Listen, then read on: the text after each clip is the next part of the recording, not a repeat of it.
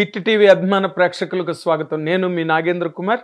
This is my special program, my special touch. నిజంగానే special touch. ఇప్పుడు మన hit టీవీలో మనతో పాటు ఉన్న ఈ గెస్ట్ ఈ రోజున ఒక సంచలనాత్మకమైన వ్యక్తి.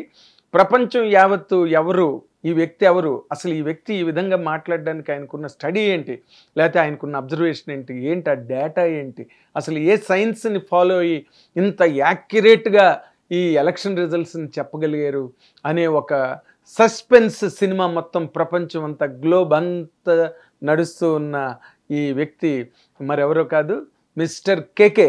ఇప్పుడు మనతో పాటు హిట్ టీవీలో ఉన్నారు. Let us welcome him. Sir, welcome. Thank you sir. Good morning. It's my pleasure. Good morning. Thank you. You can happily take the. ఇప్పుడు మీరు ఓవర్ నైట్ స్టార్ యాక్చువల్గా చెప్పాలంటే. అలాగే లేదు సార్. అంటే లాస్ట్ టైం కూడా మీరు 2019లో కూడా సరే గెలిచిన పార్టీ ఏదైనప్పటికీ కూడా మీరు యాక్యురేట్గా లాస్ట్ టైం కూడా చెప్పారు. అండ్ అప్పుడు కూడా మిమ్మల్ని అందరూ చూసి నవ్వారు, ట్రోలింగ్ చేశారు, మీ మీద డౌట్ పడ్డారు, రకరకాలు ఇంకా. బట్ ఈసారి అయితే అసలు స్టన్నింగ్ అండి, స్టన్నింగ్, క్వైట్ స్టన్నింగ్. అసలు మీరు ఆ కైండ్ ఆఫ్ స్టడీకి రావడానికి మీరు ఫాలో అయిన మెథడాలజీ ఏంటండి? అంటే లాస్ట్ టైం చెప్పినప్పుడు ఏంటంటే అప్పుడు సిట్టింగ్ టీడీపీ గవర్నమెంట్ ఉంది సార్. మనం వైఎస్ఆర్సీపీ వస్తుందని 151 సీట్స్ వస్తాయని చెప్పినప్పుడు ఆబ్వియస్గా అప్పుడు టీడీపీ వాళ్ళు బాగా ట్రోల్ చేశారు. ఎలా వస్తాయి, ఏమని చూసి జగన్ కోట్లేస్తారు 150 అని, 151 ఎలా వస్తాయని, 25 లోపల టీడీపీకి ఎలా వెళ్ళిపోద్ది అన్నారు. బట్ అప్పుడు ఫస్ట్ టైం చేయడం కాబట్టి ఏముందో ఏదో క్లిక్ అయి ఉంటుందిలే, ఏదో జరుగుంటుంది అని పెద్ద ఇంపార్టెన్స్ ఇవ్వలేదు. కానీ పొలిటికల్ వింగ్ వరకు బాగా ఇంపార్టెన్స్, పొలిటికల్ వింగ్ వరకు, కామన్ ఆడియన్స్కి తక్కువ, పొలిటికల్ వింగ్కి బాగా ఎక్కువ వెళ్ళిపోయింది. ఈసారి ఏం చేసామంటే దానికంటే కొంచెం ఎక్స్టెన్షన్ చేద్దామని, అసలు ఎందుకు బార్డర్లు పెట్టుకోవడం, ఎందుకు అరుగు మీద కూర్చునే మామూలు వ్యక్తి కూడా 110 వచ్చేస్తాయండి జగన్కి, అయితే 120 వచ్చేస్తాయండి టీడీపీకి, ఇట్లా చెప్పుకుంటారు సార్, కూటమి కింద వచ్చేస్తాయని. బట్ సర్వే చేసిన కంపెనీస్ ఎందుకు మనం కూడా అలా చెప్తే కాదు కదా, సింగిల్ నెంబర్ చెప్పాలి, మార్జిన్లు పెట్టుకోకూడదు కదా. మధ్యలో 20-30 బార్డర్లు పెట్టుకొని చెప్పి ఇటు వచ్చినా నేను చెప్పినట్టే వచ్చింది, ఇటు వచ్చినా మేము చెప్పినట్టే వచ్చిందని చెప్తారు కదా. అది కరెక్ట్ కాదేమో, మనం ఒక నెంబర్కి వెళ్దామని ఒక టీం అంతా కూర్చొని డిసైడ్ చేసినప్పుడు అని ఓకే అనుకున్నాం. ఓకే అనుకుని చివరికి ఫైనల్ నెంబర్ చూసాక మేము కూడా షాక్ అయ్యాం. అంటే ఓకే అనుకున్న తర్వాత నెంబర్ ఫస్ట్గా రాదు కదా సార్. సింగిల్ నెంబర్ చెప్దాం అనుకున్నప్పుడు చూస్తే నెంబర్ అది నరమానోడు నమ్మేటట్టు లేవు అసలు. సహజంగా ఎవరైనా మేమే మాకు నమ్మకం కాదు, మా నెంబర్ మీద నమ్మకం ఉంది. చూస్తే అన్బిలీవబుల్గా మాకే ఉంది. మీరు అరైవ్ అయిన నెంబరే మీకు అన్బిలీవబుల్గా అనిపించింది. బట్ నెంబర్ మీద నమ్మకం ఉంది. సరే సౌండింగ్ ఇప్పుడు 161 కూటమికి వచ్చేస్తాయన్న సౌండింగ్ 160 ఎక్కడ వస్తాయి అనేది అన్నమాట. మాలో కూడా నార్మల్ మ్యాన్ ఉంటాడు కదా, కామన్ మ్యాన్ ఉంటాడు కాబట్టి. బట్ నెంబర్ని బిలీవ్ చేద్దాం, మనకు వచ్చిన డెరివేషన్. ఎందుకంటే ఇన్ని రకాలుగా చేసి ఇంతమంది ఎమ్మెల్యేలకు మనం సర్వే చేయించి దాంతోపాటు చుట్టుపక్కల నియోజకవర్గాలు కవర్ చేసుకొని each and every village maximum అంటే నియోజకవర్గంలో ఆయన చేసినప్పుడు ఇచ్చి రిపోర్ట్ ఇచ్చి, ఆయన కూడా ఓడిపోతున్నా గెలుస్తున్న ఎమ్మెల్యేలు ఎవరైనా కానీ ఆయన చుట్టూ టీంను కూర్చోబెట్టి ఇదో కేకే రిపోర్ట్ ఇచ్చారు విలేజ్ వారీగా అని చెప్పి వాళ్ళ చేత వెరిఫై చేయించి చాలా బాగా చేశారని చెప్పి ఈ ప్రశంసలు, ఆ ప్రశంస అంటే మనకు కాన్ఫిడెన్స్ వచ్చింది. ఇంత కాన్ఫిడెన్స్ ఉంది కదా, లాస్ట్లో ఒక 5-6 నియోజకవర్గాలు టఫ్ ఫైట్లుగానే పెడదాం. ఇది 14 వైఎస్ఆర్సీపీకి ఇస్తూ 6 కాన్ఫిడెంట్గా గెలిచిన నియోజకవర్గాలు, దాంట్లో 8 డౌట్ ఉన్నాయి అనుకోండి, 8 డౌట్ పెడదాం. అలాగే టీడీపీ కూడా మేబీ మనం ఫేవర్ టు టీడీపీ వేసిన ఒక 4-5 మారొచ్చేమో. జనసేన చూస్తే రైల్వే కోడర్ తెప్పితే మిగతా 21 వస్తుంది. రైల్వే కోడర్ కొంచెం ఎక్స్టెన్షన్ అవి గెలిచేదానికి సూచనలు ఉన్నాయి, అలా కనబడుతుంది అనమాట ఓవరాల్గా. ఫస్ట్లో అయితే పోలవరం అలా ఉంది రైల్వే కోడర్, పోలవరం కూడా ఎడ్జి తీసుకుంది. పోస్ట్ పోల్ వచ్చాక ఇంకా సరే రైల్వే కోడర్ కూడా వెళ్దాం అని అనుకున్నాం. 21 కనపడిపోతుంది, ఇదేమో 14 కనపడిపోతుంది. అంటే దాదాపుగా ప్రధాన ప్రతిపక్ష హోదా కూడా కోల్పోతుంది అనేది. అంటే అసలు వినడానికే మా నెంబర్ మాకు విండి ఆ సౌండింగ్ వింటే మా నెంబరే గాబరా పెట్టింది. బట్ ఒకసారి ఈ మదనబడి కాన్ఫిడెన్స్ వచ్చాక అన్ని నియోజకవర్గాలు బేరీ చేసుకొని కాన్ఫిడెంట్గా ఏంటంటే చెప్పేది మటుకు గంటా పదంగా స్టేట్ వినపడేటట్టు చెప్దాం, తెలుగువాడు ఎక్కడుంటే అక్కడ వినపడేటట్టు చెప్దాం అని డిసైడ్ అయ్యాం. చెప్పేటప్పుడు మాకు లోపల కొద్దిగా భయం ఉంది, ఏంటి ఇది ఎలా ఉంటుంది అనేది. మేమే అనుకుంది ఏంటంటే సార్, ఇప్పుడు ఒక ట్రైన్ డ్రైవర్ ఉన్నాడు అనుకోండి, S1, S2, S3 అని మన కోచ్ నెంబర్లు అన్నీ వరుసగా ఉంటాయి చూడండి సార్. మంచి ప్రొఫెషనల్ డ్రైవర్ అయితే S1 దగ్గరే మీకు S1 కోచే ఆగుద్ది, అక్కడే ఆగాలి. సో మనం ఇంత పర్ఫెక్ట్ చేసినప్పుడు మన దగ్గర అక్కడే ఆగాలి.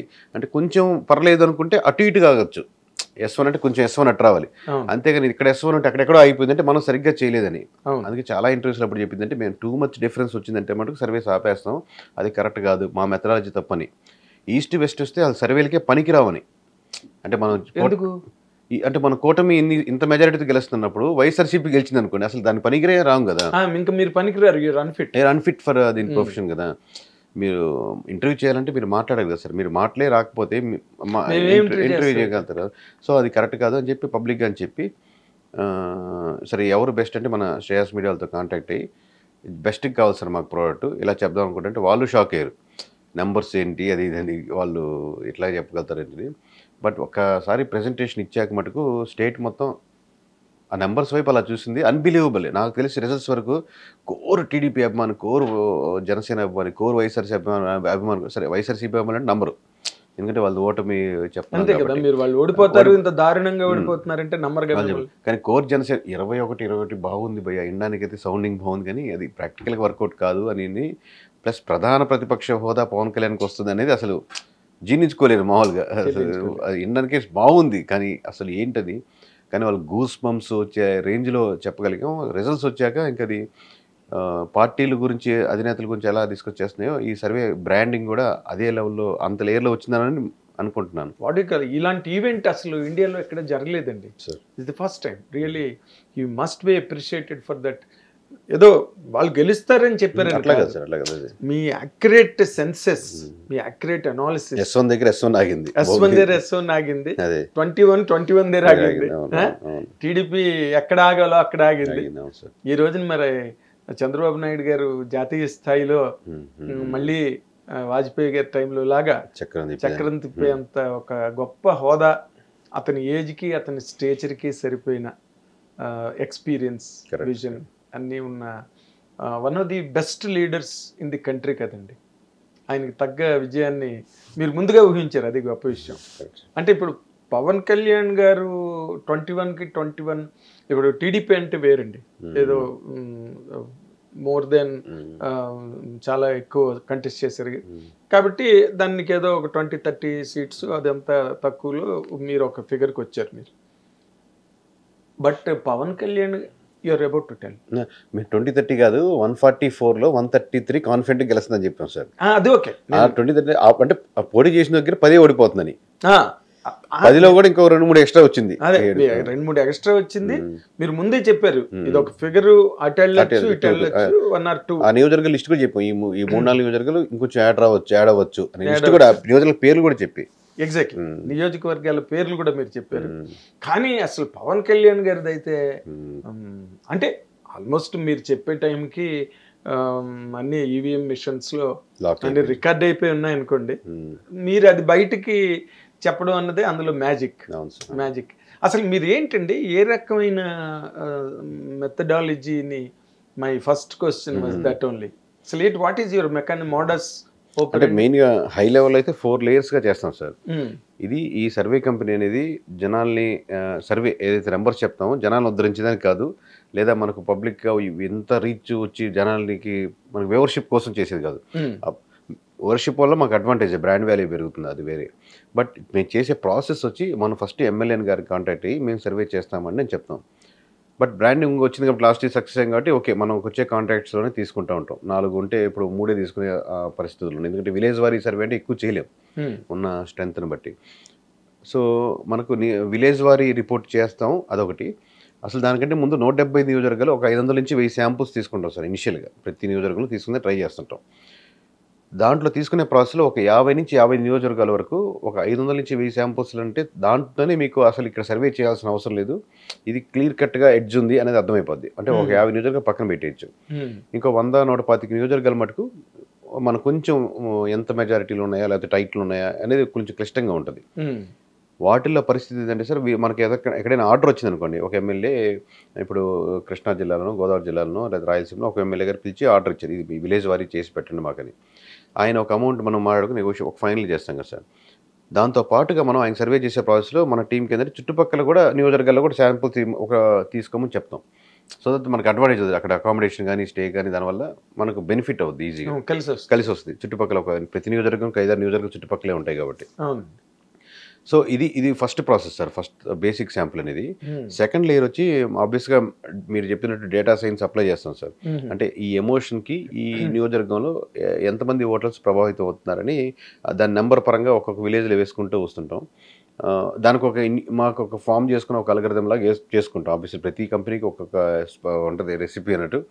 ఆ లేయర్ వేసుకొని ఇర్రెస్పెక్టివ్ ఇది ఏ system work, pure system work, ఇది శాంప్లింగ్తోనో సంబంధం లేదు. ఇలా ఒక లేయర్ చేసుకుంటాం సార్. అలాగే మనకు ప్రతి నియోజకవర్గం అనలేం కానీ మొత్తం మీద 40 నుంచి 45 మంది వరకు స్లీపర్ సెల్స్ ఉన్నారు సార్ మనకు స్ట్రాంగ్గా. అంటే వాళ్ళు నా కోసం ఏం పని చేయరు, వాళ్ళు ప్రొఫెషనల్ ఉన్నారు. ఆయన డాక్టర్ అనుకోండి, ఆయన హోమియోపతి డాక్టర్ గారు ఒక ఆయన ఉన్నారు. ఆయన ఏంటంటే మంచి ఆ నియోజకవర్గంలో ఫేమస్. ఆయన చూపించుకుని ప్రతి నియోజకవర్గం ఆ విలేజ్ చుట్టుపక్కల విలేజ్ అంతా ఆయన దగ్గరికి వస్తూ ఉంటారు. ఆయన సహజంగా మాట్లాడేటప్పుడు ఏమ్మా మీకు గ్రామం ఎలా ఉంది, ఇంక వైద్యం తక్కువ అడిగేది ఎక్కువ అన్నట్టు ఆయనకు అదొక ఇష్టం అని ప్యాషన్. సో ఆయన ఏంటంటే ఆయన విలేజ్ వారీగా ఒక 100 విలేజ్ల వరకు నోట్ చేసి పెట్టుకుంటా, లేకపోతే ఆయన గుర్తుండేది సగం పైనే ఉంటాయి.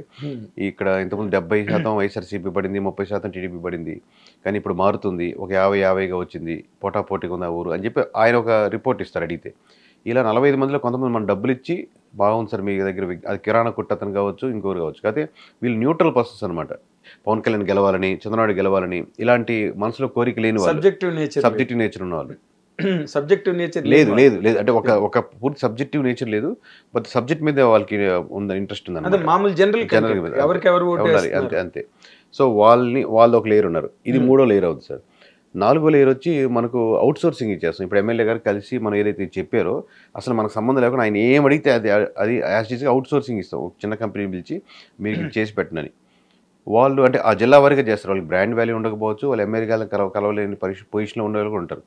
బట్ వాళ్ళు నాకు తెలుసు కాబట్టి, నాతో పాటు ట్రావెల్ చేసిన వాళ్ళు కాబట్టి వాళ్ళు యాస్టీజ్గా శాంపుల్స్ ఇప్పుడు వేరైతే ఇంటర్వ్యూలో చూస్తారు, ఎన్ని శాంపుల్స్ ఇస్తారు, ఎట్లా అడుగుతారు, ఆ ప్యాటర్న్లో వాళ్ళు చేసుకుంటారు కంప్లీట్గా. ఆ మెథడాలజీ ఒక రిపోర్ట్ ఇస్తారు. ఇప్పుడు మొత్తానికి మనకు 4 లేయర్ల ఆఫ్ రిపోర్ట్లు వచ్చింది సార్. ఇనిషియల్గా మనం తీసినటువంటి సర్వే రిపోర్టు, మాకు డేటా సైన్స్ ద్వారా సిస్టమ్ ద్వారా జనరేట్ చేసిన రిపోర్టు, అలాగే స్లీపర్ సెల్స్ ఆయన ఇచ్చిన ఒక రిపోర్టు, ఇప్పుడు అవుట్ సోర్స్ ఇచ్చిన రిపోర్టు. దీంట్లో అందరూ ఒక కామన్ విలేజ్ అనుకోండి. ఇప్పుడు ఏదో ఒక ఎక్స్ విలేజ్ మా దాంట్లో ఉంటుంది, సిస్టంలో ఉంటుంది, మనకు స్లీపర్ సెల్స్ ద్వారా ఇచ్చింది ఉంటుంది, అవుట్ సోర్సింగ్ ఇచ్చిన వాళ్ళకి ఉంటుంది. ఇప్పుడు ఈ 4 ఒకే విలేజ్ ఒకేలాగా ఉండాలి. 70-30 అనుకోండి, ఇది కరెక్ట్గా వచ్చింది అన్ని మంది. ఇంకా దీన్ని దాటే మగాళ్ళు లీడర్ అంత కాన్ఫిడెన్స్ వచ్చేస్తుంది మనకు. 70-30-50-50-40 ఇట్లా వచ్చింది అనుకోండి, ఎక్కడో మనం ఏదో తేడా కొట్టింది. దీంట్లో ఏది రైటింగ్ కూడా తెలియదు. ఆయన కొన్నిసార్లు స్లీపర్ సెల్స్ ఇచ్చిన ఇన్ఫర్మేషన్ కూడా తప్పవచ్చు. ఏదైనా అంటే మ్యాక్సిమం వాళ్ళది రైట్ ఉంటుంది సోర్స్ డేటా, ఈ మిగతా అన్ని తప్పవచ్చు. ఎందుకంటే ఆయన వెరిఫై చేసి వందలాది మంది చేసి ఈ విలేజ్లో పోటాపోటీగా ఉంది అని చెప్పాడంటే అది ఆయన బేస్గా తీసుకుంటాం అయింది. సో ఒకసారి ఆయనకే చెప్తాం, సార్ ఒకసారి చూడండి విలేజ్లో మాకు అది తప్పు వచ్చింది మళ్ళీ అని చెప్పి మళ్ళీ అన్నీ మేము వెరిఫై చేసుకుంటాం. ఇంకోసారి ఒకసారి నీవు కూడా చెక్ చేసుకొని మేము అవుట్ సోర్సింగ్ ఇచ్చిన వాళ్ళకి చెప్తాం. ఈసారి వచ్చినప్పుడు కరెక్ట్గా కూర్చుంది అనుకోండి, మన పొజిషన్ మీకు ఎట్లా ప్రతి ఒక్కటి ఇక్కడ ఆర్గనైజ్ చేస్తున్నారో అలా కరెక్ట్ పొజిషన్లో కూర్చుంటే అప్పుడు ఆ నియోజకవర్గం మీద కాన్ఫిడెన్స్ ఇచ్చి ఆ రిపోర్ట్ ఆయనకి సబ్మిట్ చేసి దాంతోపాటుగా మనం కొన్ని అడిషనల్గా ఆయనకి స్ట్రాటజికల్గా ఉండేటువంటి అయ్యా ఈ 15 గ్రామాల్లో మీరు వైఎస్ఆర్సీపీ వీక్గా ఉన్నారు, వైఎస్ఆర్సీపీ క్యాండిడేట్ చేస్తున్నాం అనుకోండి, లెట్స్ అజ్యూమ్ వీక్గా ఉన్నారు, మీరు ఇక్కడ పెంచుకుంటే మీరు ఒక ఉన్న డిఫరెన్స్ని దాటి మీరు గెలిచేదానికి ఆస్కారం ఉంది. అయ్యా మీకు 20,000 డిఫరెన్స్ ఉంది, మీరు 100 కోట్లు 50 కోట్లు ఖర్చు పెట్టినా వేస్టే, 20,000 మార్జిన్ అనేది ఈ టైంలో దాటడం కష్టం, వర్కౌట్ అవ్వదు. ఇలా ఆయనకి, లేదా మీరు పొద్దున సాయంత్రం వస్తున్నారంటే జనాలు కలవట్లేదు మీరు, సో వాళ్ళ మీద వ్యతిరేకత ఎక్కువ ఉంది, మీరు ఈరోజు ఇంకా 2 నెలల టైం ఉంది కాబట్టి ఇక్కడ కూర్చుంటే ఈ 2,000 ఓట్లు మీరు దాటచ్చు, ఎందుకంటే ఇండివిజువల్గా ఇలా పెట్టుకోండి అని చెప్పి స్ట్రాటజికల్ ఆయనకి ఒక రిపోర్ట్ ఇస్తాం. లేదా 99% నేను వ్యక్తిగతంగా కలిసినప్పుడు చెప్తాను, సారీ సార్ మధ్యలో ఒకటి మర్చిపోయాను, ఈ రిపోర్ట్ వచ్చాక నేను ఇండివిజువల్గా ఆ నియోజకవర్గానికి వెళ్ళి, ఇప్పుడు నేను ఒక అన్ని తిరగలేను కాబట్టి 1 విలేజ్ 2 విలేజ్ తీసుకుంటాను, తీసుకొని నేను వెరిఫై చేసి బాగానే ఉందనుకొని అప్పుడు ఆయనకి రిపోర్ట్ ఇస్తాను అన్నమాట. లాస్ట్ స్టేజ్ ఇది. ఓకే, అంటే ఇప్పుడు నార్మల్గా ప్రాసెస్ ఉంటుంది. అదే వెరీ గుడ్, చాలా అంటే చాలా కీన్గా వెరీ డిలిజెంట్గా చేసిన ప్రాసెస్ ఇది. బట్ ఇప్పుడు మీరు ఒకసారి మీ అనాలిసిస్లో మీరు ముందుకెళ్తున్నప్పుడు వైఎస్ఆర్సిపి అన్నది కంప్లీట్గా డిపాజిట్లు గల్లంతయ్యే పరిస్థితికి వచ్చేస్తున్నది అని మీకు అర్థమైందండి? అంటే స్టార్టింగ్ ఇప్పుడు మనం అసలు సర్వే చేయకపోయినా సార్, మామూలుగా మన జనాల మధ్య తిరుగుతుంటే ఓవరాల్గా మీరు ఒక జర్నలిస్ట్కి ఇంత ఎక్స్పీరియన్స్ వచ్చేసాక సార్, ఓవరాల్గా మీరు మామూలుగా తిరుగుతుంటే మీరు ఏ పెళ్ళికి వెళ్ళి కూర్చొని ఎవరో పెద్ద అయినా కుర్రోడు ఇద్దరు మాట్లాడుకుంటే మీరు మీ సంబంధం లేకుండా పెళ్ళికే వచ్చారు, బట్ ఇతను వాక్చాతుర్యం బాగుంది, ఇతను భంగిమ కూర్చునే భంగిమ బాగుంది, ఇతని డిక్షన్ బాగుంది, ఇతను ఖచ్చితంగా మీడియాలో ఉంటే క్లిక్ అవుతాడు అనేది మీకు తెలుస్తుంటుంది ఒక కదా, అవగాహన వచ్చేస్తుంది చూడంగానే. ఇతను స్ట్రక్చర్ కానీ ఇతను ఉంటుంది కదా. అలాగే సంబంధం లేదు, మీరు పెళ్ళికి వెళ్ళారు అక్కడ. అలాగే మేము సంబంధం లేకుండా సర్వీస్ చేయట్లేదు. బట్ స్టిల్ విలేజ్లో ఎక్కడ తిరుగుతున్నా, ఏ పని మీద తిరుగుతున్నప్పటికీ కూడా సెన్స్ చేస్తూ ఉంటాం. అదే మా టాపిక్ కాబట్టి తెలియకుండా మా మైండ్ దాని మీద ఉంటుంది. సో ఒక 2 years బ్యాకే it's going in the negative way అని అర్థమైంది సార్ ఓవరాల్గా. 2 years క్రితమే. ఎందుకంటే నెగిటివ్ వే, బట్ ఆ నెగిటివ్ వేని కూటమి కట్టుకొని వీళ్ళు కొలాబరేట్ అయ్యి వర్కౌట్ చేసుకొని ఇంకా ఈ నెగిటివిటీ పెరిగే కొద్దీ అలాగే ఉంటే అది దాటుద్ది అని నాకు సెన్స్ అవుద్ది. బట్ నెంబర్స్ వేసింది 3 months బిఫోరే. నెంబర్స్ అంటే ఫిజికల్గా అతను కూర్చోబెట్టి మీరు ఇంటర్వ్యూ చేసి మీరు ఇప్పుడు కెమెరా మీద ముందు మాట్లాడండి అంటే అతను భయపడచ్చాము. అదే మన పెళ్ళిలో చేసినప్పుడు ఫ్రీగా మాట్లాడారు కదా అనొచ్చు. కరెక్ట్. సో అట్లాగా నెంబర్ వేసినప్పుడు కొంచెం తేడాలు ఉంటాయి. ఇంతకుముందంతా ఎమోషనల్ బేస్డ్ మనకు ఒక అంచనా అనమాట. గోదావరి జిల్లాలో బాగా వచ్చే అవకాశం ఉంది, కొంచెం జన సైనికులు బాగున్నారు, ఇలా ఒక అంచనా. అమలాపురంలో జనసేన సీటు కొడుతుంది గ్యారంటీ, ఇండిపెండెంట్గా కొట్టేస్తుంది, ఇలా ఒక అంచనా వస్తుంటుంది ఓవరాల్గా. అదే. సో కాంబినేషన్ ఎప్పుడైనా కుదిరితే అప్పుడు ఖచ్చితంగా కాంబినేషన్ ఓట్ బ్యాంకింగ్ పడతా ఉంటుంది. జరిగింది అదే. కాంబినేషన్ పడిన రోజే మాకు అర్థమైంది సార్, ఎప్పుడైతే ఇద్దరు కలిశారో అప్పుడు ముందు అరెస్టు కలవడం, నెగిటివిటీ. పోలీస్ స్టేషన్ దగ్గర ఎప్పుడైతే పవన్ కళ్యాణ్ గారు పొత్తు ప్రకటించారో ఆ రోజే 120 దాకా ఉంది సార్ మా నెంబరు. 120, 130 దాకా ఉన్నింది. అప్పటికే 100 పైనే ఉన్నింది. ఒక 20-30 టైట్లో ఉన్నాయి. ఆ ఎడ్జ్లు ఎలక్షన్ ఎడ్జ్లు కొట్టేయచ్చు. చాలా మంది లాస్ట్లో ఉన్నటువంటి ల్యాండ్ టైటిలింగ్ యాక్ట్ ఎఫెక్ట్ ఇచ్చిందా లేదా పెన్షన్స్ ఎఫెక్ట్ ఇచ్చిందా అని అడుగుతుంటారు. అసలు అప్పటికే 100 దాటేసింది నెంబర్ అనేది మా ఫార్ములాలో. పొత్తు ప్రకటించిన నాటికి. దాని తర్వాత కదా land titling act, pension schemes కదా, అవన్నీ ఎడ్జ్లు కరెక్ట్ చేస్తాయి. ఇంకొంచెం ఎమోషనల్ యాడ్ చేసి మీకు మెజారిటీ ఉంటే మెజారిటీ పెంచుతాయి, 20,000 అయితే 40,000 చేస్తాయి, టైటిల్ ఉంటే గెలిచేదానికి చేస్తాయి, అట్లాగా అంతే. 23, 25 నుంచి 14 తీసుకొస్తాయి అట్లాగే సార్. నెంబర్ పరంగా చెప్తాను, మా భాషలో పరిభాషలో లాంగ్వేజ్. అంటే ఇప్పుడు నార్మల్గా మీరు వైఎస్ఆర్సీపీ క్యాండిడేట్లు, ఎమ్మెల్యేలు, అభ్యర్థులు వీళ్ళందరితో మీరు మాట్లాడుతుంటారు కదా, మీకు 2 ఏళ్ల క్రితమే దీని తాలూకా తెలిసింది కదా, వాళ్ళకి ఏమైనా చెప్పారండి? వాళ్ళకి చెప్పండి సార్. మామూలుగా ఓవరాల్గా మేము చెప్పడం కంటే ఇన్ఫర్మేషన్ గ్యాదరింగ్ సార్. మీరు జ్యూస్ పిండుకునే రకాలం కదా, మీరేమనుకుంటున్నారు సార్, ఎలా ఉంటుంది ఇది సార్, ఇది ఎలా ఉంది మరి ఇది సార్ అని ఆ నియోజకవర్గం ఇట్లా అడుగుతుంటాం. అంటే మా నెంబర్ చెప్పేది లాస్ట్ మూమెంట్ ఒక ఎడిటర్కి, ఎవరైతే ఎడిట్ చేసిన ఎడిటర్కి అతను కూడా ఆ నెంబర్ ఇవ్వాలి కదా. తను మా క్లోజ్ సర్కిల్ ఉన్న 4గురికి తప్పితే మా భార్యలకి ఇంకెవరికి తెలియదు సార్. ఒక నెంబర్ ఇండివిజువల్ లాస్ట్ వేసే నెంబర్ కంప్లీట్గా డిటెక్టివ్ ఏజెంట్స్ అలాగే అంటే ఫైనల్ నెంబర్ ఇంటి దగ్గర కూడా ఏమి చెప్పరండి. 99% చెప్పరు సార్. ఎందుకంటే ఒక ప్రమాణం తీసుకుంటాం, అగ్రిమెంట్ రాసుకుంటాం, ఇట్లా ఒక బాండ్ లాగా అనుకుంటాం, మోరల్ కూడా బైండింగ్. ప్లస్ ఆ నెంబర్ కూడా ఏంటంటే సార్, నరమానవుడు వినేది కాదు, జీర్ణించుకునే నెంబర్ కూడా కాదు అది. అది పొరపాటు కూడా జీర్ణించుకునే నెంబర్ కూడా, ఎవరికైనా షేర్ చేసే నెంబర్ కూడా కాదు అది. పోనీ 161 వస్తాయంటే అసలు మామూలుగా పిచ్చోళ్ళు లేకపోతే మెంటల్ ఇట్లా చెప్తారు కానీ అనుకుంటారు. మామూలు ఎవరు చెప్పారు మాకు? ఇప్పుడు మీరు చెప్తే ఇప్పుడు ఏది చెప్పినా నమ్ముతారండి. ఎందుకంటే 2 ఏళ్ల క్రితమే మీకు ఒక కన్క్లూజన్ వచ్చింది మీకు అంటే అది చాలా. అంటే మీరు ఇందాక అన్నారు కదా, అంటే మేము నీకు 2,000 తేడా ఓట్ డిఫరెన్స్ ఉంది, నువ్వు మనుషులకి యాక్సెసిబుల్ కాదు, సో నువ్వు రోజు 1 గంట కూర్చో, 2 నెలల టైం ఉంది కదా అని ఇలాంటి డిస్కషన్ ఏమైనా జరిగింది మీకు? ఎవరికైనా సార్, టీడీపీ వాళ్ళకి మా పని అదే కదా సార్. మీరు డబ్బులు ఇచ్చి నేను ఇంటర్వ్యూ చేస్తాను, నువ్వు మీరు పక్కన కూర్చోండి, నేను ఇంకా ఏమైనా మోడిఫికేషన్స్ ఉంటే చెప్పండి. తప్పులు వెరిఫై చేసిన దానికి పర్సన్ పెట్టుకుంటున్నారు. మమ్మల్ని తీసుకునేదే తప్పులు చెప్పి మమ్మల్ని కరెక్ట్ చేసి ముందుకు తీసుకెళ్ళండి అని. మేము వాళ్ళని బొజ్జగించేదానికి మంచిగా చెప్పండి సార్. మీరు చూస్తే మేము భజన బ్యాచ్ కాదు కదా. సో కాబట్టి ఈ తప్పుల మీదే అసలు పాజిటివ్ గురించి అసలు మోస్ట్లీ 99% డిస్కషన్ ఉండదు. 99% ఎక్సెప్షనల్ కేసులో ఒక మాట ఆయన కోసం, తృప్తి కోసం ఒక మాట చెప్పడం కానీ, ఇలా కూర్చునేదాని కానిచ్చి మాట్లాడేదాని కానీ గురించి, ఓట్ బ్యాంకింగ్ గురించి, లేకపోతే ఏదైనా క్యాస్ట్, మీకు ఏదైనా ఒక గ్రామంలో ఒక కులం మీ మీద వ్యతిరేకత అవుతుంది, వాళ్ళు ఏదో అన్నారంట, వాళ్ళకి కనెక్ట్ అయింది, లేకపోతే ఎవరైనా జైల్లో పెట్టించారనో, ఈ ఫ్యాక్టర్స్ బయటపడడానికి అవే చెప్తూ ఉంటాం. ఒకసారి అక్కడే స్పెండ్ చేయండి, వాళ్ళతో భోజనం చేయండి, వెళ్ళండి, ఆ కమ్యూనిటీ ఓన్ చేసుకోండి. కానీ ఇప్పుడు మీరు లాస్ట్ టైం 150 సీట్లు వస్తాయి వైఎస్ఆర్సీపీకి అని చెప్పిన తర్వాత మీ మీద ఎక్కువ డిపెండ్ అయి ఉంటారే వాళ్ళు. డిపెండ్ అయ్యారు కదా ఉంటారు. దాన్ని మీరు ఎక్కువ వైఎస్ఆర్సీపీకే చేశారు. నేను చేసేది పర్సనల్గా, అంటే మేము కంపెనీగా చేసేది ఎక్కువ వైఎస్ఆర్సీపీ వాళ్ళు. అవునా? కంపారిటివ్ టీడీపీ ఎక్కువ వైఎస్ఆర్సీపీ. టీడీపీ అండ్ వైఎస్ఆర్సీపీకి చేస్తారు. అంటే జనసేన కూడా చేస్తాం సార్. జనసేనకి ఈసారి చేసిన చేస్తాం కదా, లాస్ట్ టైం కాదు. లాస్ట్ టైం చేయలేదు సార్, తక్కువ ఈసారి చేశారు. అదే మంచి వాళ్ళు ఇప్పుడు మనోహర్ గారు కానీ మామూలుగా చుట్టుపక్కల వాళ్ళతో పాటు వాళ్ళకి మంచి రిలేషన్స్ ఉన్నాయి. మీకు నాదెండ్ల మనోహర్ గారు.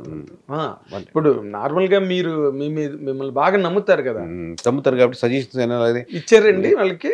అంటే ఇవ్వడం అంటే సజెషన్ లాగా సార్, మామూలు అది advice లాగా, మామూలుగా discussion డిస్కషన్ లో ఎలా చేసుకోండి సార్, ఇలా మాట్లాడు సార్, ఎలా కూర్చోండి సార్, ఆయనతో ఆ క్యాండిడేట్ కరెక్ట్ కాదేమో ఈ క్యాండిడేట్, అలా మామూలు డిస్కషన్ అంతే. మరి 80 మంది ఎమ్మెల్యేలు మార్చేసినట్టున్నాడు కదా ఆయన అండి, స్టాండింగ్ ఎమ్మెల్యేస్. మరి అప్పుడు మీరేం చెప్పలేదా ఇంతమంది ఎమ్మెల్యేస్ మార్చేస్తారు అంటే అట్లాంటి డిసిషన్ ఫ్యాక్టర్ మనం కాంది అంటే ఇన్వాల్వ్ కాదు సార్, ఎందుకంటే అది రాంగ్ డిసిషన్ అని తెలిసిపోతూ ఉంటాయి ముందుగానే.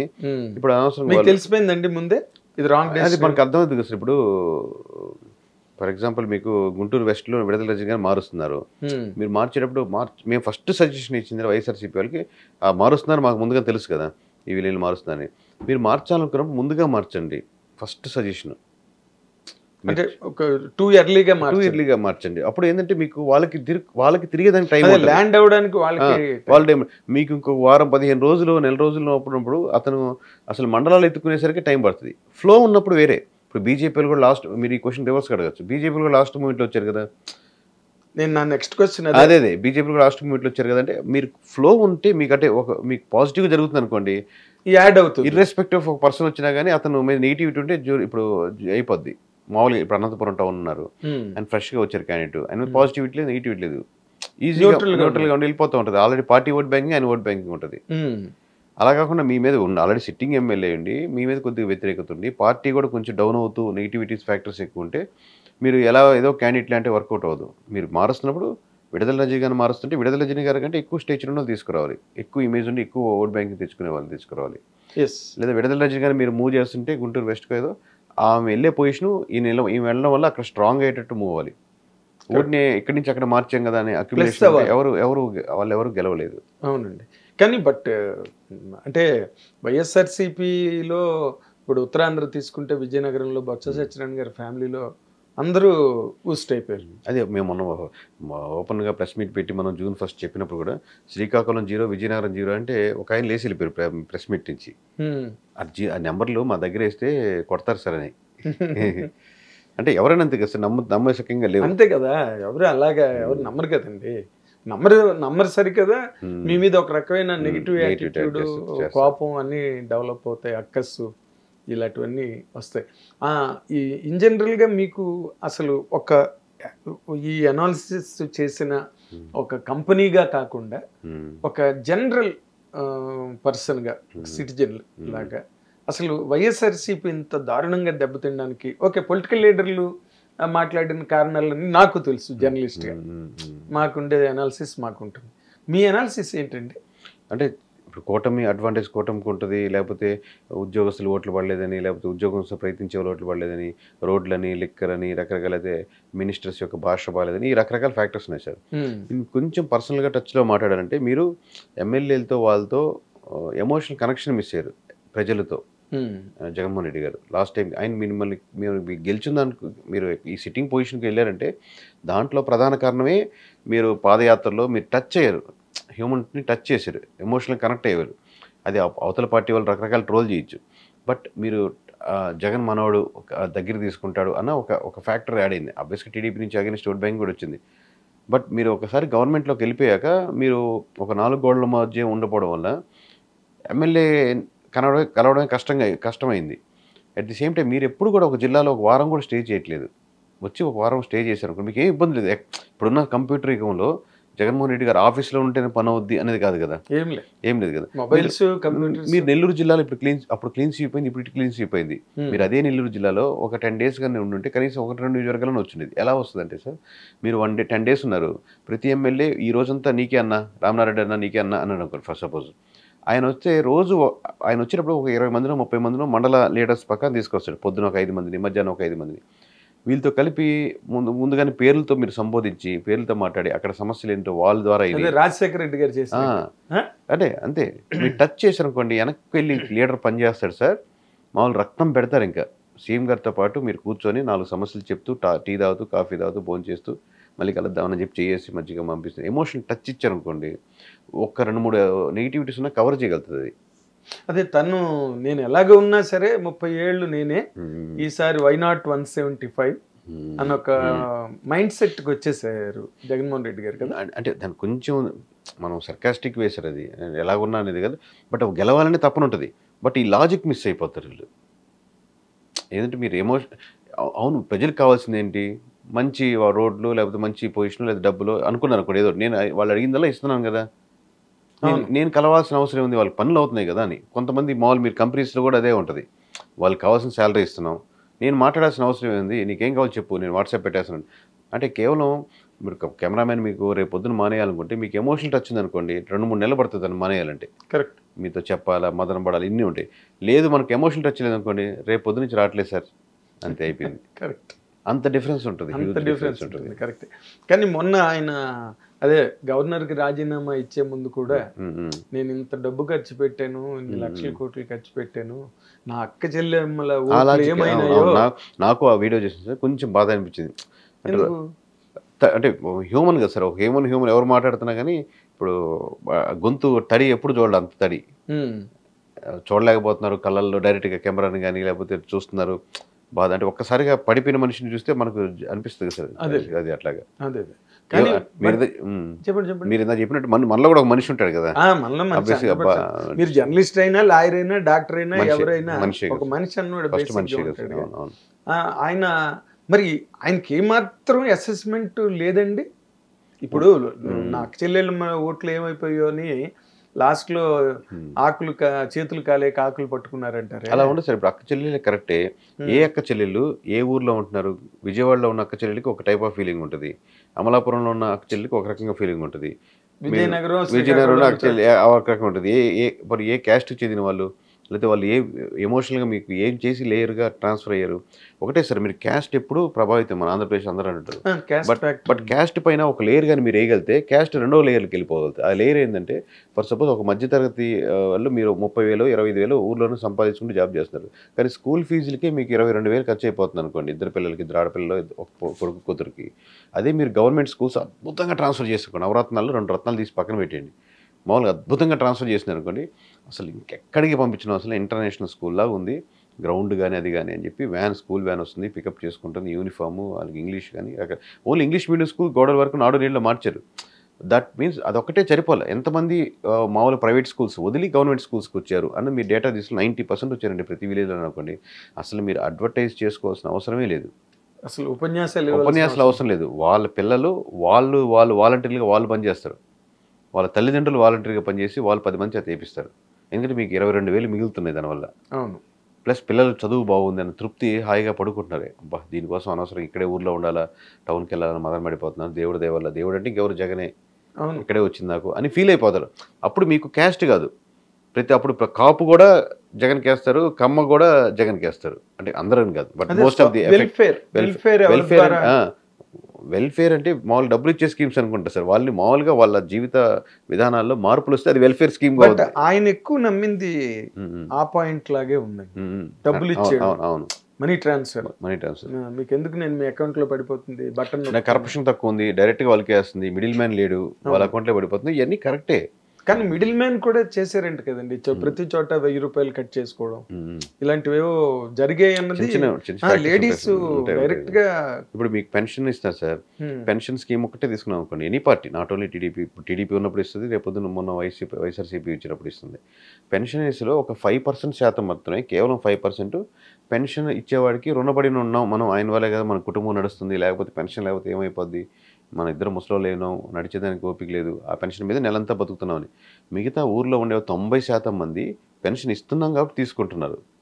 లేదా 1వ తారీఖు కావాలంటే ఆ రోజుకి ఎక్కడున్న ఊరి నుంచి వెళ్ళి పెన్షన్ తీసుకొని మళ్ళీ ఆ ఊరు వెళ్ళిపోతుంటారు. ఆ 2,000 3,000 అవసరమే, బట్ పెన్షన్ మీదే బతికే కుటుంబాలు కాదు. అర్థమైంది సార్. పెన్షన్ మరి వద్దనికి అంతమంది పెన్షన్ మీద బతికే కుటుంబాలు తీసేసుకోవచ్చు. ఎందుకు తీసుకుంటారు సార్? ఇప్పుడు మీ ఎంప్లాయీస్ అందరినీ పిలిచి రేపు పొద్దున్న డబుల్ శాలరీ అంటే తీసుకోరా? ఎందుకు తీసుకోరు? ఎవరైనా ఇస్తున్నాం కదా, డబుల్ శాలరీ కాదు ఇంకో 2,000 ఎక్కువ ఇస్తామంటే వద్దంటారు కదా, నేను చేసే పనికి అనరు కదా. ఎవరైనా రాముడు కాలకి వెళ్ళిపోయాం, రాముడు ప్రతి ఒక్కరికి ఒక బంగారు నాణ్యం రేపు పొద్దున సోమవారం పంచుతున్నారంటే మొత్తం పురగ్రామాలు మొత్తం వీధి బయట వచ్చి ఇలా పెట్టుకుంటారు, గ్రామ ప్రజలందరూ ఇస్తున్నారు బంగారు నాణ్యం. అదే కదా, రామరాజ్యం అయినా బంగారం కూడా ఇస్తున్నారు. సో మీరు ఇస్తున్నారు కాబట్టి తీసుకోవడానికి వాళ్ళు మనం ఇచ్చాం కదా, ఎందుకు మీరు రుణపడి మాకు ఓట్లు ఉండరు అనే దానికి చిన్న లాజిక్ డిఫరెన్స్ ఉంది. ఎనీ పార్టీ మిస్ అయ్యారు వాళ్ళు. ఎనీ పార్టీ అప్పుడైనా ఎప్పుడు ఉంటుంది. వీటితో పాటు నార్మల్గా ఒక కొడాలి నాని గారి లాంగ్వేజ్ కానీ లేకపోతే అంబటి రాంబాబు గారి తాలూకా గెస్చర్స్ కానీ ఇవన్నీ కంప్లీట్గా కొంతమంది లీడర్స్ వాళ్ళు కంప్లీట్గా గాడి తప్పిపోయి బిహేవ్ చేశారండి. ఎనీ మినిస్ట్రీ సార్, ఇప్పుడే కాదు, వాళ్ళనే కాదు, ఎనీ మినిస్ట్రీస్, మీరు ministries the face of the government అంటాను నేను. అవును కదా. అంటే రోజు మనం మినిస్ట్రీ యొక్క పనితనాన్ని, మినిస్ట్రీ చేసే డెసిషన్స్ని, మినిస్టర్ భాషని మీరు చెప్పినట్టు అబ్జర్వ్ చేస్తూ ఉంటారు న్యూట్రల్ ఆడియన్స్. అసలు ఎలా ఉన్నా వైఎస్ఆర్సీపీ కోట్లు వేసేవాళ్ళు ఉంటారు, ఎలా ఉన్నా టీడీపీ కోట్లు వేసేవాళ్ళు ఉంటారు, వాళ్ళు బడ్జెట్. అలాగే జనసేనకి అది పెద్ద ఫ్యాక్టర్ కాదు. బట్ న్యూట్రల్గా ఇర్రెస్పెక్ట్ ఆఫ్ క్యాస్ట్ సంబంధం లేకుండా ఏ క్యాస్ట్లో అయినా న్యూట్రల్ ఉండేవాళ్ళు ఉంటారు. వాళ్ళు చూస్తూ ఉంటూ మీరు ఏ డిసిషన్స్ ఎలా రిఫ్లెక్ట్ అవుతున్నాయి, వాళ్ళ భాష ఎలా ఉంది, ఎంత హుందాగా ఉంది. ఇప్పుడు మన ఫారెన్ మినిస్టర్ జయశంకర్ గారు ఉన్నారు సార్. మీరు బీజేపీని మీరు నమ్మకపోవచ్చు, బీజేపీ కోట్ వేయకపోవచ్చు, లేదా కాంగ్రెస్ కోట్ పక్కన పెడతాం, కానీ జయశంకర్ గారు మాట్లాడుతుంటే సబ్జెక్ట్ మాట్లాడుతున్నారు, బాగుంది, నీట్గా మాట్లాడుతున్నారు, ఈ మన కంట్రీని రిప్రజెంట్ చేసే విధంగా ఉంది, ఇలా ఉండాలి మన కంట్రీ మినిస్టర్స్ అని ఉంటుంది. మిగతా అందరు మినిస్టర్లు అలా ఉన్నారు బీజేపీలో అన్న ఉద్దేశం కాదు. బట్ అలాగా మీరు చెప్పే ఫర్ ఎగ్జాంపుల్ ఏంటంటే మినిస్ట్రీస్ మీరు సెలెక్ట్ చేసుకునేటప్పుడు ఆ విధంగా సెలెక్ట్ చేసుకోవాలి. ఆప్షన్ ఏ, ఆప్షన్ బి అలాంటి వాళ్ళు లేరు. సెలెక్ట్ చేసుకున్న వాళ్ళకి మీరు చేసే విధానం మీరు ప్రజలు చూస్తున్నారు. ఎందుకంటే మామూలుగా ఆనందం వేస్తుంది. ఇప్పుడు చంద్రబాబు నాయుడు గారికి తిట్టినా జగన్మోహన్ రెడ్డి గారు వీళ్ళకి ఆనందం ఉంటుంది, జగన్మోహన్ రెడ్డి చంద్రబాబు నాయుడు తిట్టినా, మినిస్టర్లు తిట్టినా వీళ్ళకి ఆనందం ఉంటుంది. బట్ మీరు లీడర్స్కి ఏం చెప్పారంటే వాళ్ళు తిట్టుకునే వాళ్ళ అపోజిషన్ వాళ్ళు 100 అంటారు. మనం స్టేచర్, మనం we are representing the people, representing the government, అన్నీ ఉన్నాయి. సో మీరు స్టేచర్ మెయింటైన్ చేయండి. చీప్ లాంగ్వేజ్ లేకపోతే ఇంకోటి కొట్టొద్దు. అలాగే మీ డిసిషన్స్ కూడా హుందాగా రకంగా తీసుకుని అలా ఉంటే 4% ఖచ్చితంగా డిఫరెన్స్ వచ్చిండేది. జగన్ గారు చెప్పలేదు కదండి అలాగా, ఎవరిని మట్టుకాళ్ళని వదిలేశారు. ఇది సార్ ఇండివిజువల్ పార్టీస్లో ఏంటంటే ఇప్పుడు మీకు చాలా ఒక పార్టీ రాగానే వీళ్ళంతా వాళ్ళ మీద పడిపోవడం, విధ్వంసం చేసేయడం, లేకపోతే సరిగ్గా భాష ఇవన్నీ చూస్తూ మనం వాళ్ళకి అలాగే కావాలి అనుకునే వాళ్ళు ఉంటారు. కానీ నార్మల్ ఆడియన్స్కి అవి నచ్చవు. ఎందుకంటే మిమ్మల్ని ఎంచుకుంది వాళ్ళు కాదని వీళ్ళు ఎందుకు ఎంచుకుంటామంటే సమాజంలో ఒక మౌలిక సదుపాయాల విషయంలో మేజర్ మార్పులు వస్తాయేమో అని చెప్పి మార్చుకునే వాళ్ళు ఉంటారు. ఈ సెక్షనే మారేది అంతే. వీళ్ళు ఆబ్వియస్గా ఈ స్కోర్ సెక్షన్ అప్పుడే వేస్తుంటారు, ఎప్పుడు వేస్తారు, అదే. బట్ ఈసారి కంప్లీట్గా వైఎస్ఆర్సీపీ ఓట్ బ్యాంక్ కూడా పూర్తిగా గాలికి ఎగిరిపోయినట్టు అవును. కానీ ఇప్పుడు పవన్ కళ్యాణ్ గారు TDP okay, BJP last leg మీద వచ్చింది అనుకోండి, మోడీ గారు లాస్ట్ లెగ్ మీద వచ్చారు. బట్ వాళ్ళిద్దరు కాంబినేషన్ని ప్రజలు విపరీతంగా నమ్మారండి. దానికి మీదైన ఎనాలిసిస్ ఏదైనా ఉందా? అదే సార్, ఈ ఓట్ బ్యాంకింగ్ మొత్తంలో ఫస్ట్ కూటమి ఓట్ బ్యాంకింగ్ సార్, కలవంగానే వచ్చే ఓట్ బ్యాంకింగ్ ఉంటుంది. 2 పార్టీలు కలిసే కాబట్టి కలిసి వచ్చేది ఇమీడియట్గా ఉంటుంది. కొంచెం జర్నీ చేశాక కింద కార్యకర్తల వరకు కలిసే ఓట్ బ్యాంకింగ్ ఉంటుంది. అది ఒకటి కూటమి ఓట్ బ్యాంకింగ్. మిగతా ఓట్ బ్యాంకింగ్ ప్రతి ఒక్కటి వైఎస్ఆర్సీపీ నుంచి కూటమి వైపు జగన్మోహన్ రెడ్డి గారు ఇచ్చిన ఓట్ బ్యాంకింగ్. ఒక్కొక్క సెక్షన్లో ఇంత చెప్పినట్టు మినిస్ట్రీస్ అనుకోండి, ఫేస్ వాళ్ళ లాంగ్వేజ్ నుంచి ఒక 1% వచ్చి ఉండొచ్చు, రోడ్లు బాగాలేవంటే ఇంకో 1%, లిక్కర్ గురించి రోజు ఇబ్బంది పడేవాడు 1%, లేదా ఎంప్లాయీస్ కావచ్చు, అన్ఎంప్లాయ్మెంట్ కావచ్చు, గంజా ఇష్యూస్ కావచ్చు, పోలీస్ స్టేషన్లో సరైన వ్యవస్థలు లేకపోవడం కావచ్చు, ఇలా 1% ఇవన్నీ జగన్మోహన్ రెడ్డి గారు ఇచ్చింది. అవును. ఇట్లా ఏ సెక్షన్ ఉన్నా ఒక సెక్షన్ 1% తగ్గుండేది. మరి అది కూడా తిరుపతిలోని అన్యమత ప్రచారం కానీ లేకపోతే ఇలాంటివన్నీ కూడా జరుగుతున్నాయని. అదే లోకల్ ఒక్కొక్క నియోజకవర్గంలో అక్కడ లోకల్ సమస్యల మీద ఖచ్చితంగా ఎఫెక్ట్ ఉంటుంది. మీకు రాజధాని ఉంది అనుకోండి, కృష్ణా గుంటలో బలంగా పడింది, వాళ్ళు వైజాగ్ అనుకున్నారు, వైజాగ్ వాళ్ళు కనెక్ట్ కాలేదు దానికి, లేదా మీరు కనెక్ట్ చేయలేకపోయారు, ఇక్కడ క్యాపిటల్ ఉంటే బాగుంటుంది. అది నిజంగా కనెక్ట్ చేస్తుంటే వైజాగ్ వరకు ఒక ఓట్ బ్యాంకింగ్ ఉండేది. ఉత్తరాంధ్ర వాళ్ళు కోరుకుంటున్నారు, ఉత్తరాంధ్ర వర్సెస్ లేకపోతే కృష్ణా గుంటూరు, ఉత్తరాంధ్ర వర్సెస్ కోస్తాను, ఉత్తరాంధ్ర వర్సెస్ రాయలసీమ జరుగుతుంది. ఒక సెక్షన్ నిలబడుతుంది. మాకు అసలు ఏ సెక్షన్ నిలబడలేదు అనమాట. అంటే అసలు అంత ఏమాత్రం అప్రమత్తంగా లేకుండా వైనాట్ 175 అని చాలా ఇగ్నరెంట్ గా వచ్చి ఆయన మాట్లాడడం అన్నది. నేను కలిసిన ప్రతి ఎమ్మెల్యేకి 1-to-1 డిస్కషన్ లో ప్రతి ఒక్కరికి వైఎస్ఆర్సీపీ వాళ్ళు కూడా చెప్పాను అసలు ఇది. లాస్ట్ టైం చెప్పాను సార్, లాస్ట్ టైం ఇప్పుడు పసుపు కుంకుమ మీద ఓట్లు పడిపోతాయి అనుకున్నారు, అప్పుడు చెప్పాను పసుపు కుంకుమ మీద ఓట్లు పడవు సార్, లేకపోతే ఇంకోటి ఏదో రుణమాఫీ అని, లేకపోతే నీరు చిట్టని, ఈ కార్యక్రమాలు చేసాం కదా, ఓట్ బ్యాంక్ లేకపోతే రాజధానిలోనే పడలేదు కదా పోయినసారి. అలా ఉండదండి ఓట్ బ్యాంకింగ్ ప్యాటర్న్. అనవసరంగా ఈ నవరత్నాలు చూసి ఓట్లు వేసేవాళ్ళు చాలా తక్కువ సార్. అది 5% మీకు యాడ్ అవుద్ది, కానీ మీకు ఎక్స్ట్రా 10-15% లూజ్ అవుతుందని చెప్తూ ఉండేవాడిని. తర్వాత ఈ చీప్ లిక్కర్ ఒకటి ఆస్పెక్ట్, వాళ్ళు గవర్నమెంట్ స్పాన్సర్డ్ లిక్కర్, దానివల్ల వాళ్ళే ఎక్కువ నష్టపోయారు. తక్కువ వాళ్ళ మాట పక్కన పెట్టండి, అసలు మందుబాబులు కూడా ఓటేయలేదు ఈసారి. అనేది బాగా ఎంప్లాయీస్ కానీ ఎంప్లాయీస్ వేయలేదండి, చదువుకున్న వాళ్ళు వేయలేదు. అంటే హూ కెన్ అండర్స్టాండ్ ది చదువుకున్న వాళ్ళు నేను డిఫర్ చేస్తాను సార్ ఈ ఒక్క పాయింట్ మీద. ఇప్పుడు కోర్ వైఎస్ఆర్సీపీ అన్న చూడండి, కోర్ వైఎస్ఆర్సీపీలో కూడా చదువుకున్న వాళ్ళు ఉంటారు, సంబంధం లేదు దానికి. డిగ్రీగా బీటెక్ చదువుకున్నాడు కోర్ వైఎస్ఆర్సీపీ. అవును, అక్కడ ఏ పార్టీలోనైనా కోర్ టీడీపీలో కూడా చదువుకున్న వాళ్ళు ఉంటారు, కోర్ జనసేనలో కూడా చదువుకున్న వాళ్ళు ఉంటారు. ఇప్పుడు ఆ చదువుకున్న వాళ్ళే వైఎస్ఆర్సీపీ కోర్ లో ఉన్న చదువుకున్న వాళ్ళు కూడా ఓట్ వేయలే. ఎందుకంటే the way things are moving. ఇప్పుడు ఒక 30% పడింది అనుకోండి సార్ వైఎస్ఆర్సీపీకి. ఇప్పుడు దాంట్లో ఒక 5% 10% చదువుకున్న వాళ్ళు ఉన్నారు అనుకోండి, మామూలుగా చెప్తున్నాం వరామరిగా.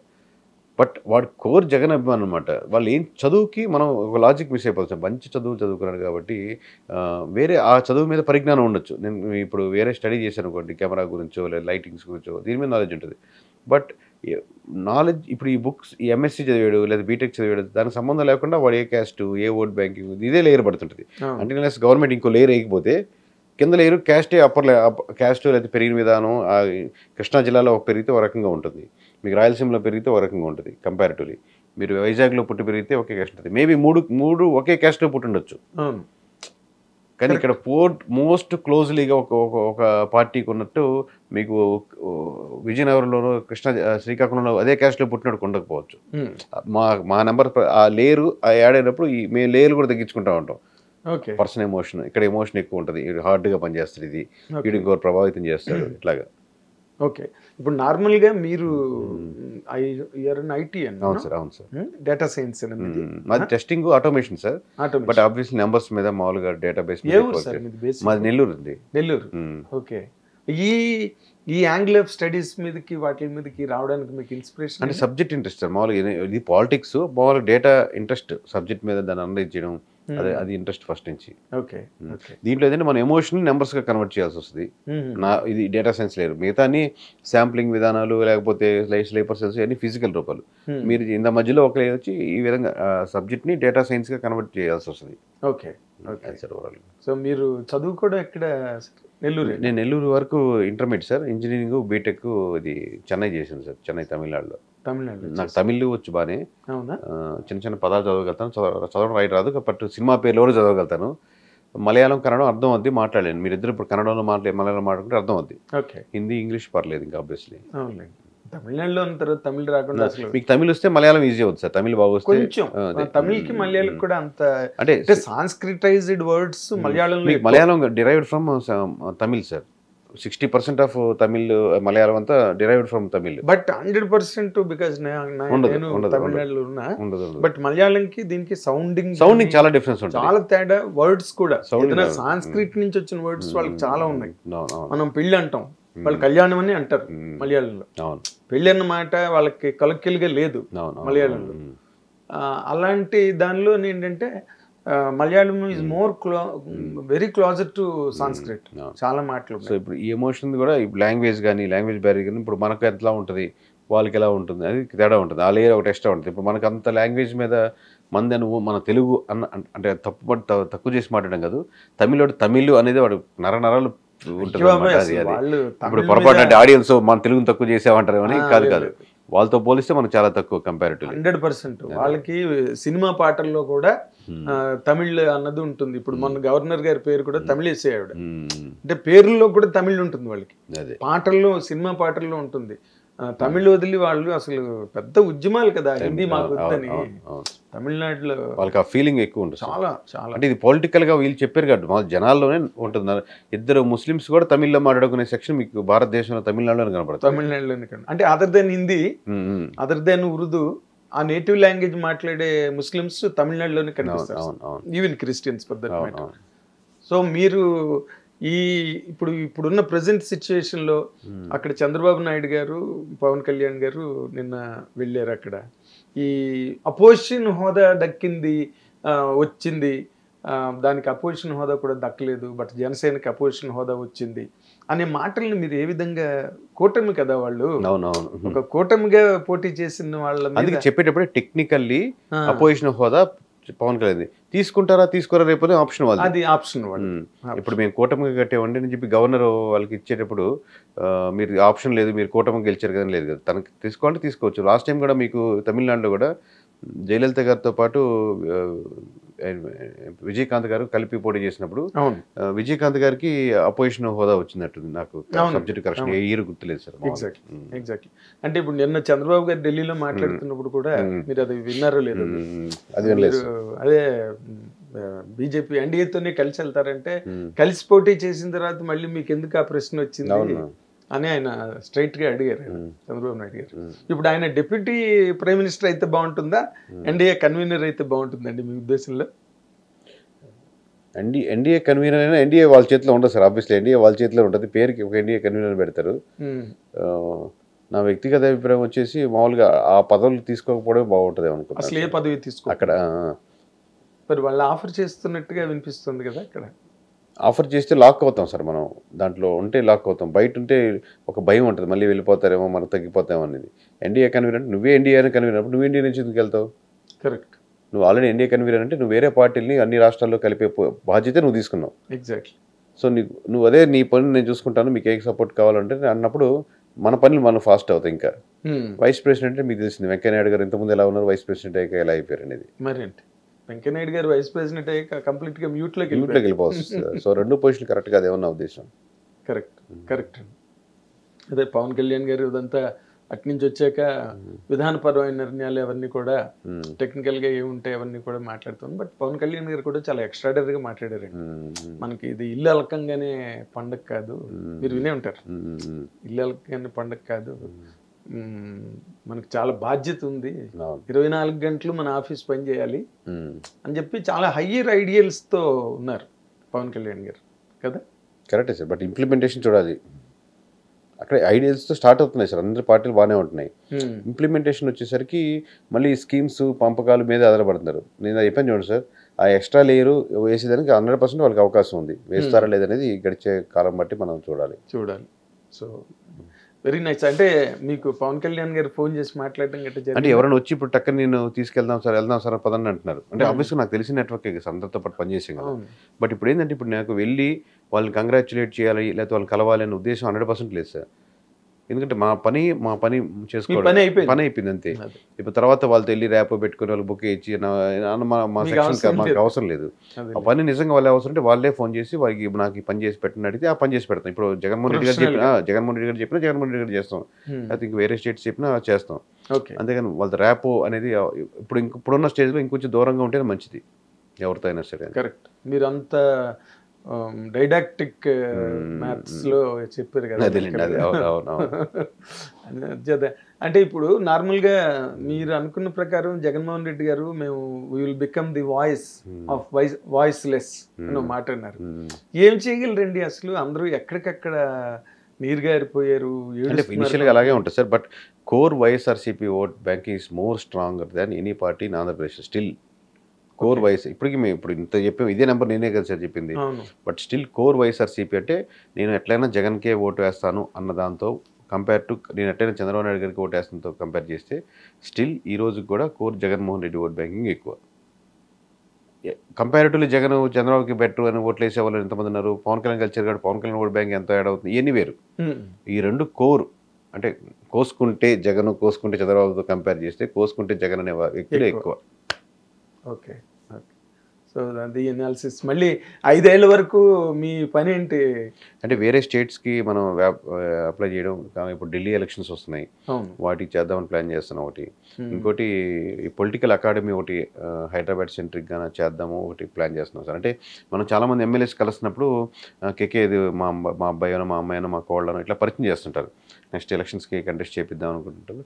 మీరిద్దరు మాట్లాడండి, అబ్బాయి ఒకసారి మాట్లాడని చెప్పి వాళ్ళు వెళ్తుంటారు. కాసేపు బయట మాట్లాడినా అంటే ఏదో చాలా ఒక ల్యాగ్ అనిపిస్తూ ఉంటుంది వాళ్ళతో పర్సనల్గా మాట్లాడినప్పుడు. ఈ స్టేచర్ సరిపోదు, ఇతనికి ఉన్న బాడీ లాంగ్వేజ్, మాట్లాడే విషయం, సబ్జెక్ట్ నాలెడ్జ్ సరిపోదు, కొంచెం భయంగా ఉంది, బెరుగ్గా ఉన్నాడు క్యాండిడేట్. రేపు పొద్దున వరుసగా ఒకరిని జనాల మీద వదిలినట్టు వదిలేస్తారు. ఆ భయంతో ఏం మాట్లాడాలో, ఎలా మాట్లాడాలి, ఏం ఉండాలో తెలియకుండా అలా మొత్తం పార్టీ పరిస్థితి ఉండే వేవ్లో ఉంటే అది వేరే విషయం. కానీ పోటాపోటీలో ఉన్నప్పుడు పైన ఎదుర్కొన్న సీనియర్ నాయకుని ఎదుర్కోవాలంటే అంత స్టేజ్ సరిపోదు. ఎక్స్పీరియన్స్ మీద వస్తుంది వేరే విషయం. బట్ కొంత నాలెడ్జ్, కొంత నాలెడ్జ్, కొంత బాడీ లాంగ్వేజ్, కొంత వొకాబులరీ, కొంత ఏ కమ్యూనిటీతో మీరు ఎలా బిహేవ్ చేయాలి, కొద్దిగా రాష్ట్రం గురించి సబ్జెక్ట్ నాలెడ్జ్, కొద్దిగా నియోజకవర్గం గురించి నాలెడ్జ్, కొద్దిగా నేషనల్ గురించి సబ్జెక్ట్ మాట్లాడేటప్పుడు మీకు దాని మీద కొద్దిగా పట్టు, అప్పుడు మీకు వస్తే ఆ కాన్ఫిడెన్స్ బిల్డప్ అవుతుంది. ఇది ఒక చిన్న 20-30 days కోర్స్ లాగా పెట్టి వాళ్ళని ఒక క్రాష్ కోర్స్ లాగా. మేము లీడర్ని తయారు చేయట్లేదు, బట్ జస్ట్ వాళ్ళు ఫైన్ కరెక్షన్, లీడర్ అవ్వాలనుకునే వాళ్ళకి డైరెక్షన్, కరెక్షన్స్ అలా అనమాట. ఓవరాల్గా స్టిల్ మళ్ళీ వాళ్ళ ప్రజల్లోకి వెళ్తే వాళ్ళు ఇంకా షైన్ చేసుకోవాల్సి ఉన్నాయి.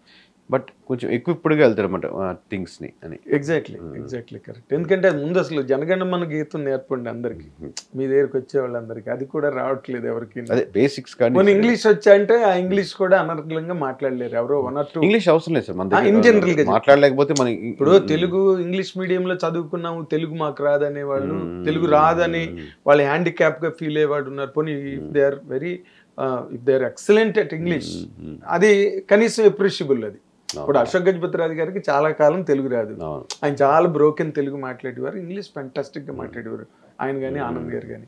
People could understand. ఇప్పుడు మీరు ఇంకా సీనియర్ కాబట్టి మీకు పేరు గుర్తుంది. తమిళ లీడర్ ఒక ఆయన మొత్తం నేషనల్ వైడ్ గా మనకు జయప్రకాష్ నారాయణ పెద్ద ఆయనతో పాటు ఉండి మొత్తం సపోర్ట్ గా నడిపారు చూడండి. ఆయన పేరు ఏం పేరు?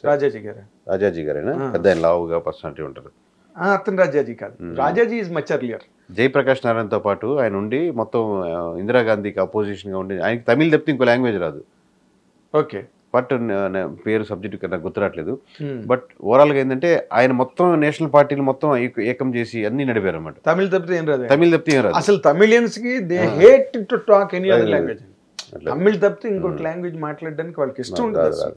వాళ్ళకి మీకు విషయం తెలుసా, ప్రతి దానికి ఒక బస్సుకి తమిళ్లో ఒక మాట ఉంది, బస్సుకి కెమెరాకి ఒక మాట ఉన్నది, ప్రతి దానికి వాళ్ళు వెంటనే తమిళ మాట ఒకటి కనిపెడతారు. కంప్యూటర్కి తమిళ మాట ఉంది, మన కర్సర్కి తమిళ్లో ఒక మాట ఉన్నది.